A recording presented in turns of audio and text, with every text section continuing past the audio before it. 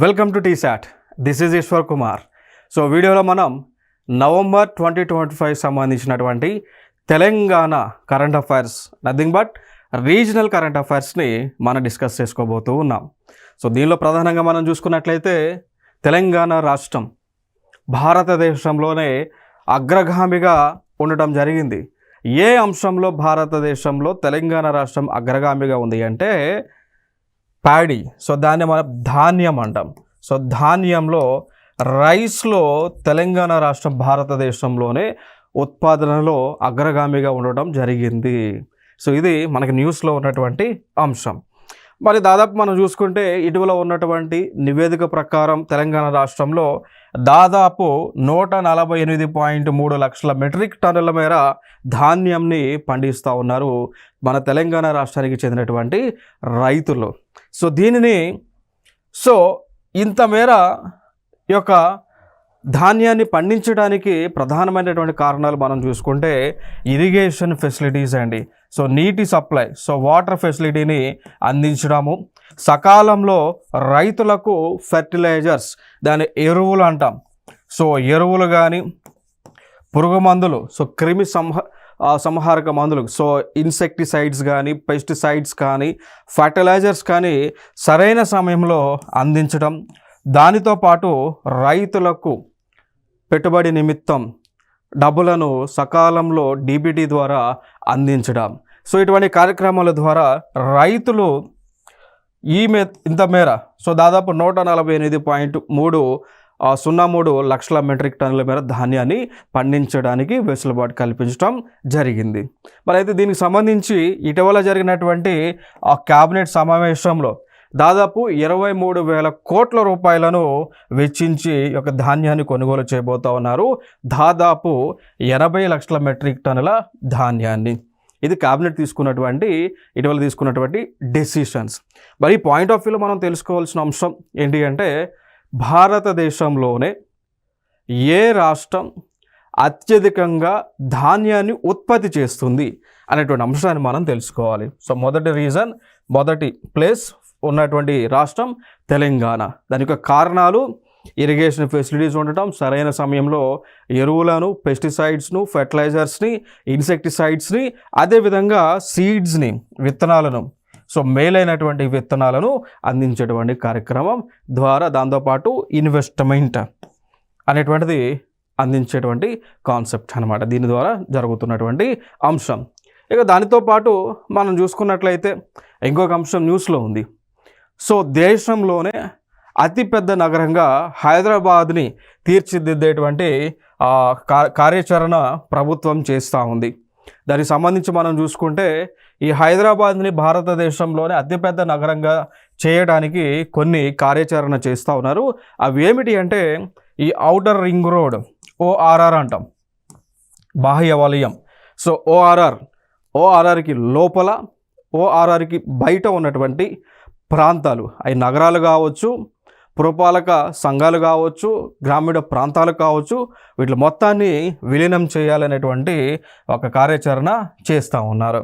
So ORR outer ring రోడ్కి లోపల, బయట ఉన్నటువంటి దాదాపు 27 నగర పురపాలక సంఘాలను గ్రేటర్ హైదరాబాద్ నగరపాలక సంస్థ GHMCలో విలీనం చేయాలి అని తెలంగాణ రాష్ట్ర మంత్రివర్గం కీలక నిర్ణయం తీసుకోవడం జరిగింది. దానికి సంబంధించి ఈ విలీనం చేయడానికి చట్టాలలో కొన్ని సవరణలు చేయాల్సి ఉంది. సో ఆ సవరణలు కూడా చేయడానికి లైక్ GHMC చట్టం కానీ తెలంగాణ మున్సిపల్ చట్టాలను దాంట్లో సవరణలు చేయడానికి కూడా ఆమోదం తెలపడం జరిగింది. ఇదొక అంశంగా మనం చెప్పుకోవచ్చు. ఇంకా ఫర్దర్గా మనం చూస్తే ఇక్కడ ఇంకా కొన్ని లైక్ 5 జిల్లాలు, 47 మండలాలు, 311 గ్రామాల పరిధిలో ఉన్నటువంటి 6 పార్లమెంట్ స్థానాలను, 28 అసెంబ్లీ స్థానాలను కలిపి విలీనం చేసి మన ఇండియాలోనే, సో భారతదేశంలోనే అతిపెద్ద నగరంగా చేయబోతా ఉన్నారు. సో దానికి సంబంధించినటువంటి ఈ స్టాట్యూటరీ వర్క్స్ అన్నీ కూడా స్టార్ట్ చేయడం జరిగింది మన రాష్ట్ర ప్రభుత్వం. చూడవచ్చు దానికి సంబంధించినటువంటి మ్యాప్ ఇదంతా కూడా. సో మొత్తానికి కూడా ఈ ప్రాంతాల మొత్తానికి కూడా విలీనం చేసి హైదరాబాద్లోనే అతిపెద్ద నగరంగా మార్చబోతా ఉన్నారు. సో ఈ లైన్ అంతా కూడా ORR, ఔటర్ రింగ్ రోడ్. దీనికి పక్కనే ఉన్నటువంటి ప్రాంతాలు, లోపల ఉన్నటువంటి ప్రాంతాలు మొత్తానికి కూడా GHMCగా చేయబోతా ఉన్నారు.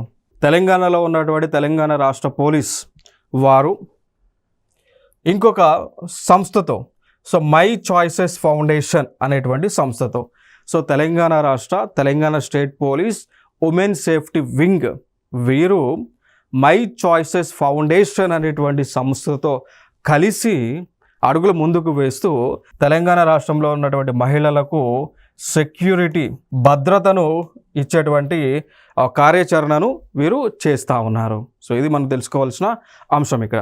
So Telangana police department and my choices foundation వీరు ఇరువురు కూడా కలిసి రాష్ట్రంలో ఉన్నటువంటి మహిళలకు సెక్యూరిటీని అందించడము, దానితో పాటు ఉమెన్ ఎంపవర్మెంట్, మహిళల యొక్క సాధికారిత సాధించడం. అంటే ఇక్కడ కాన్సెప్ట్ తెలంగాణ రాష్ట్రంలో ఉన్నటువంటి మహిళలందరినీ కూడా అభివృద్ధి చేయడం, వారికి టెక్నాలజీ పైన అవగాహన తీసుకురావడం, వారికి ఎంప్లాయ్మెంట్ క్రియేట్ చేయడం, స్కిల్స్ని పెంపొందించేటువంటి కార్యక్రమాన్ని వీరు చేయటం జరుగుతూ ఉంది. సో దాంతోపాటు వీరు సేఫ్ విలేజ్ అనేటువంటి కార్యక్రమాన్ని కూడా తీసుకువచ్చారు అండి. సేఫ్ విలేజ్ అంటే సురక్షిత గ్రామం అంటాం. సేఫ్ విలేజ్ అంటే సురక్షిత గ్రామం అనేటువంటి కాన్సెప్ట్ కూడా తీసుకొచ్చారు. సో దీని ద్వారా కొన్ని సెలెక్టెడ్ విలేజెస్లో ఉన్నటువంటి మహిళలను కోటీశ్వరులుగా చేసేటువంటి కాన్సెప్ట్ అనమాట. వారికి కావాల్సినటువంటి ఎంప్లాయ్మెంట్ని ప్రొవైడ్ చేయడం, స్కిల్స్ని ప్రొవైడ్ చేయడం, అదేవిధంగా వారి ఉత్పత్తి చేసినటువంటి వస్తువులకి మార్కెట్ని కల్పించేటువంటి కాన్సెప్ట్, దాంతోపాటు వారికి భద్రతను అందించేటువంటి కాన్సెప్టే ఈ సేఫ్ విలేజ్ అనేటువంటి కాన్సెప్ట్. నెక్స్ట్ ఫర్దర్గా మనం చూసుకున్నట్లయితే ఇంకా ఇదే కాన్సెప్ట్లో, ఈ సేఫ్ విలేజ్ కాన్సెప్ట్లోనే ఈ మహిళలు ఎదుర్కొంటున్నటువంటి లైంగిక వేధింపులు కానీ, గృహహింసానికి సంబంధించి కానీ, అండ్ ఈవిటీజింగ్కి సంబంధించి, సైబర్ దోపిడీకి సంబంధించి ఇవన్నీ కూడా నిర్మూలించేటువంటి కాన్సెప్టే ఈ సేఫ్ విలేజ్ అనేటువంటి కాన్సెప్ట్. సో ఇదంతా సేఫ్ విలేజ్ ప్రోగ్రామ్ లాంచ్ చేశామని DGP శివధర్ రెడ్డి గారు తెలపడం జరిగింది. సో ఫైనల్గా ఇక్కడ మనం తెలుసుకోవాల్సిన అంశాలు, సేఫ్ విలేజ్ అనేటువంటి కాన్సెప్ట్ని ప్రారంభించినటువంటి వారు ఎవరు? Telangana state police women safety wing, అదేవిధంగా మై చాయిసెస్ ఫౌండేషన్ వారు ప్రారంభించారు. సేఫ్ విలేజ్ యొక్క కాన్సెప్ట్ ఏంటి అంటే, ఈ రాష్ట్రంలో ఉన్నటువంటి మహిళలకు భద్రతని అందించడము, వారు ఎటువంటి సమస్యలు కూడా ఎదుర్కోకుండా ఉండే విధంగా తగు చర్యలను తీసుకోవడం, భద్రత కల్పించి వారిపైన ఎటువంటి దాడులు జరగకుండా, సో సెక్సువల్ అఫెన్సెస్ జరగకుండా లేదా డొమెస్టిక్ వైలెన్స్ అనేటువంటిది జరగకుండా ఉండే విధంగా తగు చర్యలు తీసుకొని వారికి ఎంపవర్మెంట్ కల్పించడము, స్కిల్ ప్రొవైడ్ చేయడము, ఎంప్లాయ్మెంట్ క్రియేట్ చేయడం చేసేటువంటి కాన్సెప్టే ఈ యొక్క సేఫ్ విలేజ్ అనేటువంటి కాన్సెప్ట్. సో తెలంగాణ రాష్ట్రంలో ఒక అగ్రికల్చర్ యూనివర్సిటీ ఉంది. మనందరికీ తెలిసినటువంటి యూనివర్సిటీనే professor Jayashankar agriculture university. So ఇది మనకి రాజేంద్ర నగర్లో ఉంటుంది. సో ఈ యూనివర్సిటీ వారు ఆస్ట్రేలియా దేశానికి చెందినటువంటి ఒక యూనివర్సిటీ, దాన్ని సిడ్నీ వెస్టర్న్ యూనివర్సిటీస్తో అగ్రిమెంట్ చేసుకోవడం జరిగింది.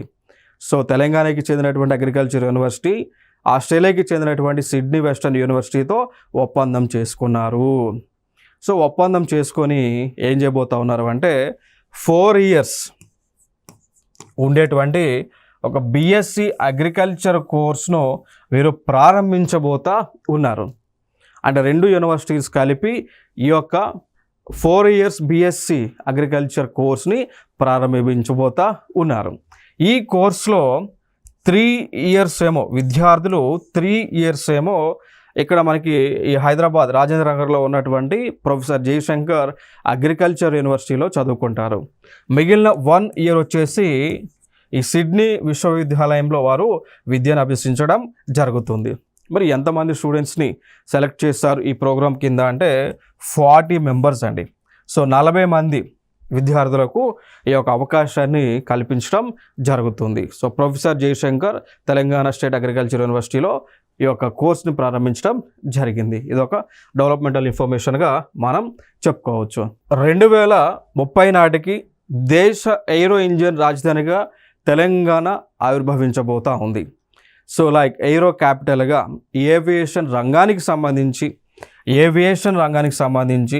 ఏరోస్పేస్ రంగానికి సంబంధించి క్యాపిటల్గా తెలంగాణ రాబోయేటువంటి 2030 కల్లా ఉండబోతుంది అని చెప్పేసి మన యొక్క మినిస్టర్ గారు చెప్పడం జరిగింది. సో శ్రీధర్ బాబు గారు స్పష్టం చేయడం జరిగింది. ఆ పాయింట్ ఆఫ్ వ్యూలో ఇటీవల కొన్ని డెవలప్మెంట్స్ జరుగుతూ ఉన్నాయి. మరి డెవలప్మెంట్స్ ఏమేమి జరుగుతూ ఉన్నాయి, ఏ డెవలప్మెంట్స్ ఒక్కసారి మనం చూద్దాం. సో ఇక్కడ ఫ్రాన్స్ దేశానికి చెందినటువంటి ఒక కంపెనీ ఉంది. ఆ కంపెనీ పేరు సాఫ్రాన్. ఫ్రాన్స్కి చెందినటువంటి కంపెనీ పేరు సాఫ్రాన్ అనేటువంటి కంపెనీ. సో ఈ కంపెనీ ఏం చేస్తుంది అంటే ఎయిర్ క్రాఫ్ట్ల ఇంజన్లను విమానాలు ఉపయోగించేటువంటి ఆ ఇంజన్స్ ఏవైతే ఉన్నాయో ఆ ఇంజన్స్ని ఉత్పత్తి చేసేటువంటి సెంటర్ కంపెనీ అనమాట. సో దానికి సంబంధించి ఆ కంపెనీకి సంబంధించినటువంటి రీజనల్ ప్లాంట్ని ఇక్కడ ఇనాగ్రేషన్ చేయడం జరిగింది. సో ఇది న్యూస్లో ఉన్నటువంటి అంశంగా మనం చెప్పవచ్చండి. Okay, so Safran aircraft engine services India, so ఇది ఫ్రాన్స్ దేశానికి చెందింది. దాని యొక్క వింగ్ రీజనల్ ప్లాంట్ ప్రొడక్షన్ యూనిట్ని హైదరాబాద్లో తెలంగాణ రాష్ట్రంలో ఏర్పాటు చేసుకున్నారు. ఇది ఒక డెవలప్మెంటల్ ఇన్ఫర్మేషన్గా మనం చెప్పుకోవచ్చు. ఇంకొక అంశం ఏంటి ఇక్కడ, సో లైక్ ఏవియేషన్ రంగానికి సంబంధించినటువంటి ఎటువంటి డెవలప్మెంట్స్ అయినా, ప్రొడక్షన్ అయినా, మ్యానుఫ్యాక్చరింగ్ అయినా తెలంగాణ రాష్ట్రంలో హైదరాబాద్లో ఫ్యూచర్ సిటీలో లేదా చుట్టుపక్కల ఉండాలనేటువంటి ఉద్దేశంతోనే తెలంగాణ ప్రభుత్వము తెలంగాణ ఏవియేషన్ పాలసీతో ముందుకు రావడం జరిగింది. ఇదొక అంశం. ఇంకొక అంశంగా మనం చూద్దామండి. ఇక్కడ కొన్ని ఈవెంట్స్ చేయబోతూ ఉన్నారు, కొన్ని అంశాలు జరగబోతూ ఉన్నాయి, కొన్ని సమిట్స్ జరగబోతూ ఉన్నాయి. ఆ సమిట్స్ గురించి ఒకసారి మనం మాట్లాడుకుందాం. సో డిసెంబర్ 8వ తేదీన తెలంగాణ రైజింగ్ గ్లోబల్ సమిట్ని నిర్వహించబోతూ ఉన్నారు. Dates important. సో డిసెంబర్ 8న తెలంగాణ రైజింగ్ గ్లోబల్ సమిట్ని నిర్వహించబోతా ఉన్నారు. ఎక్కడ జరగబోతా ఉంది? ఫ్యూచర్ సిటీలో. సో భారత్ ఫ్యూచర్ సిటీలో ఇది జరగబోతా ఉంది. తర్వాత డిసెంబర్ 9న తెలంగాణ రైజింగ్ 2047 డాక్యుమెంట్ని, పాలసీని, నివేదికను ఆవిష్కరించబోతా ఉన్నారు. సో రిలీజ్ చేయబోతా ఉన్నారు. ఇదొక అంశం. ఇంకొకటి, దీని ద్వారా తెలంగాణలో డిసెంబర్ 8న జరగబోయేటువంటి తెలంగాణ రైజింగ్ గ్లోబల్ సమిట్ ద్వారా లేదా ఈ యొక్క తెలంగాణ రైజింగ్ 2047 విజన్ డాక్యుమెంట్ ద్వారా ఏం చెప్పబోతా ఉన్నారు అంటే, ఎవరైతే తెలంగాణ రాష్ట్రంలో పెట్టుబడులు పెట్టబోతా ఉన్నారో వారికి పూర్తి మద్దతు, భరోసా కల్పించబోతా ఉన్నాం అనేటువంటి అంశాన్ని ఈ 2 ఈవెంట్స్ ద్వారా స్పష్టం చేయబోతా ఉంది తెలంగాణ ప్రభుత్వం. ఇంకా దాని తర్వాత భారతదేశంలో ఎవరైనా పెట్టుబడులు పెట్టడానికి వస్తే first choice, better option, best డెస్టినేషన్గా తెలంగాణ రాష్ట్రాన్ని ఉంచాలి అనేటువంటి కాన్సెప్ట్తోనే వీరు వెళ్తూ ఉన్నారు. దానికి ఇటీవల కూడా మనం చూస్తున్నాం, చైనా +1 స్ట్రాటజీని కూడా ప్రభుత్వం స్పష్టం చేయడం జరిగింది. సో లైక్ చైనా +1 అనేటువంటి స్ట్రాటజీ అన్నమాట. సో చైనా +1 స్ట్రాటజీ అనేటువంటి దేనికి సంబంధించింది అంటే, చైనా దేశంలో పెట్టుబడులు పెట్టేటువంటి కంపెనీలు ఉన్నాయి. సో వారు చైనా దేశంలో కాకుండా ప్రపంచంలో మిగిలిన దేశాల్లో పెట్టుబడులు పెట్టాలని అనుకునేటువంటి ఆలోచన చేస్తే వారి మైండ్లోకి ముందుగా రావాల్సినటువంటి దేశము, రాష్ట్రము తెలంగాణ రాష్ట్రం అనేటువంటి కాన్సెప్ట్. సో అదే చైనా +1 అనేటువంటి స్ట్రాటజీ. సో దీన్ని తెలంగాణ రాష్ట్రంలో ఇంప్లిమెంట్ చేస్తూ, సో అందరికీ కూడా తెలంగాణ రాష్ట్రంలో దీన్ని ఇంప్లిమెంట్ చేస్తూ, సో తెలంగాణ రాష్ట్రంలో ఉన్నటువంటి పరిస్థితులు ఏ విధంగా ఉన్నాయి, భౌగోళిక పరిస్థితులు ఏముంది, తెలంగాణ రాష్ట్రం ఏ విధంగా డెవలప్ అవుతుంది, తెలంగాణ రాష్ట్రంలో ఈ యొక్క వాతావరణం ఏ విధంగా అనుకూలంగా ఉంది, తెలంగాణ రాష్ట్రంలో భాష గురించి, సంస్కృతి గురించి, తెలంగాణలో ఉన్నటువంటి కళలకు సంబంధించి ఇవన్నీ కూడా వచ్చేటువంటి పెట్టుబడులు పెట్టడానికి వచ్చేటువంటి వారికి తెలియచేసేటువంటి కాన్సెప్ట్తోనే ముందుకి వెళ్తూ ఉన్నారు. సో దాంతోపాటు మనం చూడవచ్చు, తెలంగాణ రాష్ట్రంలోనే ఈ ఔటర్ రింగ్ రోడ్ అనేటువంటి ఒక నెట్వర్క్, పెద్ద నెట్వర్క్ ఉంది. ఇంకా ఫర్దర్గా ఇన్నర్ రింగ్ రోడ్ నెట్వర్క్ని ఆల్రెడీ డెవలప్ చేస్తూ ఉన్నారు. మెట్రో ట్రైన్ కనెక్టివిటీని ఇంకా విస్తరించడం జరుగుతూ ఉంది. క్లియర్. సో ఈ విధంగా ఇవన్నీ కూడా ఉన్నాయి అనేటువంటి అంశాన్ని ఈ యొక్క సమిట్స్ ద్వారా పెట్టుబడులు పెట్టేటువంటి వారికి తెలియజేటువంటి ఒక ప్రణాళికతో ముందుకు వెళ్తూ ఉన్నారు. తెలంగాణ రాష్ట్రంలో హైదరాబాద్లో తెలంగాణ నార్త్ ఈస్ట్ కనెక్ట్ అనేటువంటి ఒక టెక్నో కల్చరల్ ఫెస్టివల్ జరగడం జరిగింది.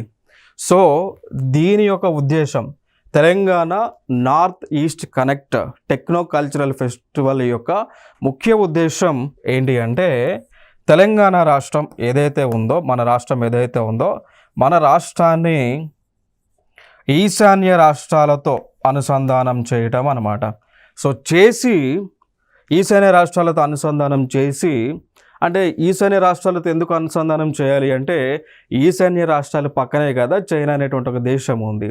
సో అనుసంధానం చేసి ఎవరైనా చైనా దేశంలో పెట్టుబడులు పెట్టడానికి ఇంట్రెస్ట్ లేకపోతే వారికి ఆల్టర్నేటివ్గా తెలంగాణ రాష్ట్రం కనిపించేటువంటి విధంగా చేయాలి అనేటువంటి ఉద్దేశంతోనే ఈ యొక్క ఈశాన్య రాష్ట్రాలతో మనం ఆ యొక్క కల్చరల్ కనెక్టివిటీని మనం డెవలప్ చేసుకోవటం జరుగుతూ ఉంది.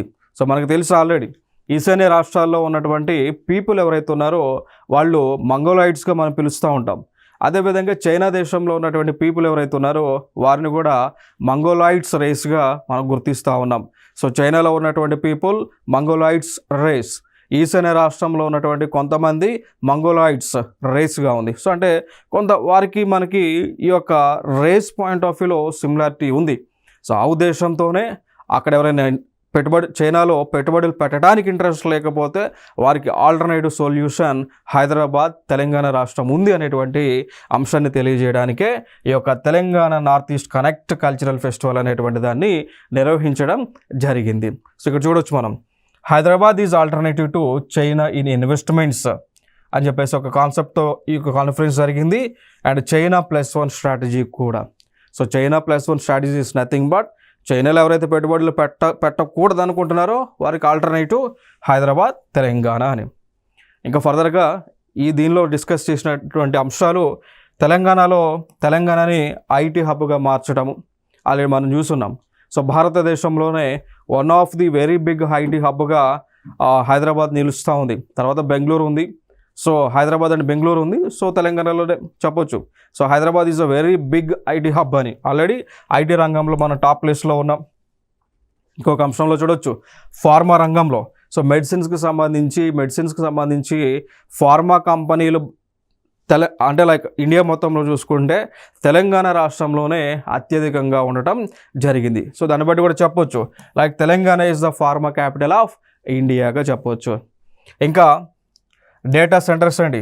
సో హైదరాబాద్లో కూడా ఈ అమెజాన్ వెబ్ సర్వీసెస్ లాంటి వారితో కలిసి గూగుల్ లాంటి వాళ్ళతో కలిసి డేటా సెంటర్స్ని ఏర్పాటు చేసేటువంటి ప్రణాళిక చేస్తూ ఉన్నారు. దాంతోపాటు హెల్త్ కేర్లో కూడా సో ఆరోగ్యానికి సంబంధించి వైద్యానికి సంబంధించి దానిలో కూడా దాంతోపాటు ఈ వైద్యం చేయడానికి ఉపయోగించేటువంటి మెడికల్ డివైజెస్ ఏమన్నాయో వాటిని ఉత్పత్తి చేయడానికి కూడా ఆ ఉత్పత్తి చేసేటువంటి మిషనరీ అంతా కూడా తెలంగాణలోనే జరుగుతూ ఉంది అనేటువంటి అంశంలో మనం చెప్పవచ్చు. ఐటీ రంగంలో కానీ ఫార్మా రంగంలో కానీ జీసీసీలో కానీ డేటా సెంటర్స్లో కానీ హెల్త్ కేర్ రంగంలో కానీ తెలంగాణ ఫస్ట్ ప్లేస్లో ఉంది, అగ్రస్థానంలో ఉంది అనేటువంటి అంశాన్ని వారు స్పష్టం చేయడం జరిగింది ఈ యొక్క తెలంగాణ నార్త్ ఈస్ట్ కనెక్ట్లో. ఇంకొక అంశం మనం చూద్దాం. సో దీనిలో ప్రస్తుతం తెలంగాణ రాష్ట్రం యొక్క గవర్నర్ అయినటువంటి శ్రీ జిష్ణుదేవ్ వర్మ గారు పాల్గొనడం జరిగింది. నెక్స్ట్ ఫర్దర్గా ఇంకొక అంశం మనం చూద్దాం. లాంచెస్ ఇందిరమ్మ చీరలు స్కీమ్ ఎట్ హైదరాబాద్. సో ఇక్కడ కొత్తగా ఒక స్కీమ్ లాంచ్ చేశారు, ఇందిరమ్మ చీరల స్కీమ్ అనమాట. సో ఈ స్కీమ్ యొక్క కాన్సెప్ట్ ఏంటి అంటే రాబోయేటువంటి మార్చ్ 8 లోపు తెలంగాణ రాష్ట్రంలో ఉన్నటువంటి మహిళలకు దాదాపు 1 కోటి చీరలను ప్రభుత్వము ఇవ్వాలి అనేటువంటి ఉద్దేశంతో ఈ యొక్క పథకాన్ని లాంచ్ చేయడం జరిగింది. ఇంకొక ఎజెండా ఏంటి అంటే ప్రభుత్వం యొక్క ఎజెండా 2034 నాటికి రాష్ట్రంలో 1 కోటి మంది మహిళలను కోటీశ్వరులుగా చేయాలి అనేటువంటి ఒక కాన్సెప్ట్.